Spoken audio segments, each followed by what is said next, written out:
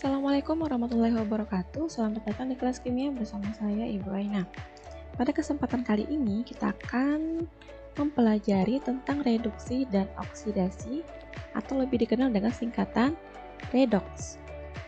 Sebenarnya materi ini sudah pernah kita pelajari di kelas 10 semester 2. Nah, cuman karena kita akan membahas tentang materi redoks dan sel elektrokimia, jadi kita akan jelas balik sedikit ya tentang materi ini. Oke, untuk yang pertama itu tentang konsep redoks. Konsep redoks itu ada 3. Nah, yang pertama itu berdasarkan pengikatan dan pelepasan oksigen. Yang kedua berdasarkan pelepasan dan pengikatan elektron.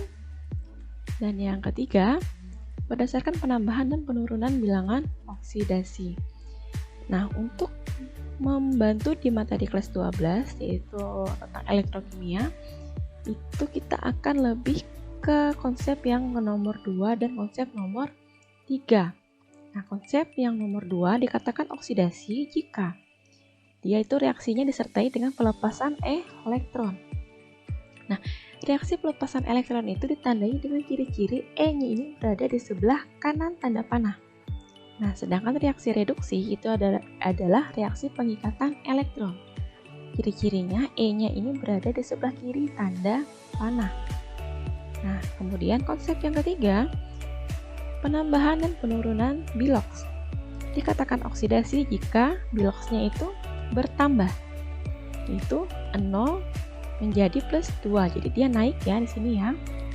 Jadi dia dikategorikan sebagai oksidasi.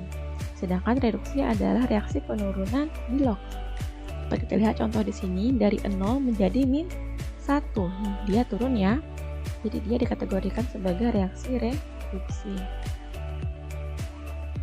Nah, di sini Ibu akan jelaskan tentang konsep yang kedua, pengikatan dan pelepasan elektron.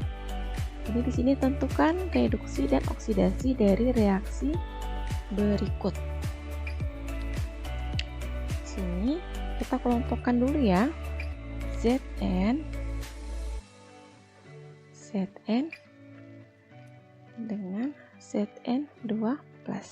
Ingat ya, nulis posisi ini harus disesuaikan di sini ya. Nah, Zn itu muatannya di sini 0. Sedangkan Zn2+ di sini muatannya adalah plus 2. Konsepnya, muatan antara ruas kiri dan ruas kanan ini harus sama, yaitu dengan cara menempatkan elektron pada muatan yang lebih besar.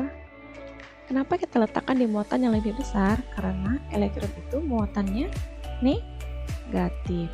Jadi di sini plus 2. Jadi agar hasilnya 0, maka di sini nilainya harus berapa? Min 2. Jadi jika ini min 2, maka di sini adalah 2E. Ingat ya, 1E itu nilainya adalah min 1. Jadi kalau nya 2, jadi dia min 2. 2 dikurang 2, maka hasilnya adalah 0. Nah, kemudian selanjutnya adalah Cu2+ tanda panah Cu. Nah, di sini muatannya adalah plus 2, Cu adalah sini muatannya 0. Sama, kita letakkan E pada muatan yang lebih besar. Di sini sebanyak 2E ya. Nah, setelah itu dapat kita lihat ya posisi E-nya. Nah, nih. E yang ini, yang pertama ini, dia berada di sebelah kanan tanda panah. Jadi dia adalah reaksi oksidasi. Nah, sedangkan yang ini, E-nya berada di sebelah kiri tanda panah. Jadi dia adalah reaksi reduksi. Sudah. Oke ya, lanjut ya. Nah, selanjutnya adalah konsep yang ketiga, yaitu penurunan dan penambahan biloks. Ini silahkan baca sendiri ya. Nah, untuk biloks itu lihat sendiri di tabel periodik itu ada yang namanya tingkat oksidasi. Biasanya letaknya itu di tengah bagian atas. Nah, ini nanti silahkan dibaca atau sambil buka kembali buku catatannya di kelas 10 ya. Kemudian lanjut ke sini. Nah, bilangan oksidasi unsur. Biloks C itu sama dengan 0. Kenapa 0? Karena dia unsur bebas. Fe3+ sama dengan plus 3. Kenapa plus 3? Karena ini adalah ion, yaitu ion Fe3+. Jadi muatannya itu sama dengan bilox. Fe2+, biloxnya plus 2. O2-, biloxnya -2. He, biloxnya 0, karena dia unsur bebas tunggal. Kemudian Al3+, dia plus 3, karena di sini muatannya adalah plus 3.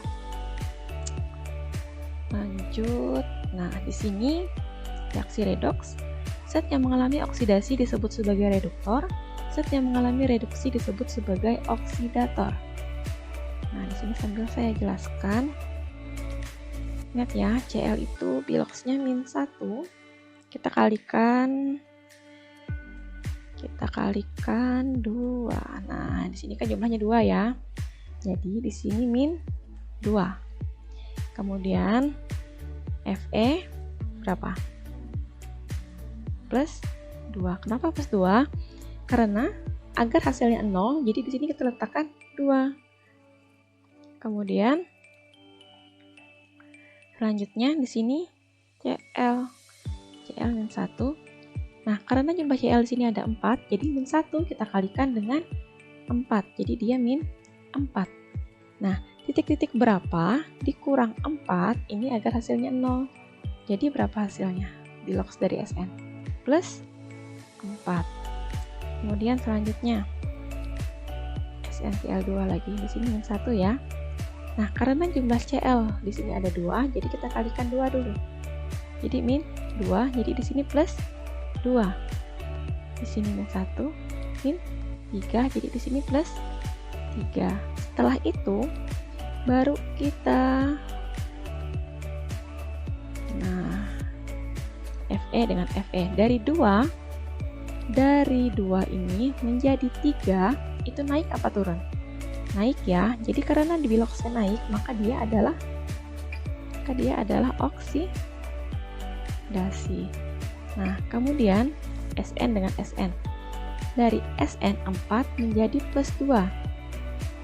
Nah, dari 4 menjadi plus 2, itu naik apa turun? Turun ya. Jadi dia adalah reduksi. Nah, jadi yang bertindak sebagai oksidatornya adalah SnCl4. Dia oksidator tadi yang mengalami reduksi ya.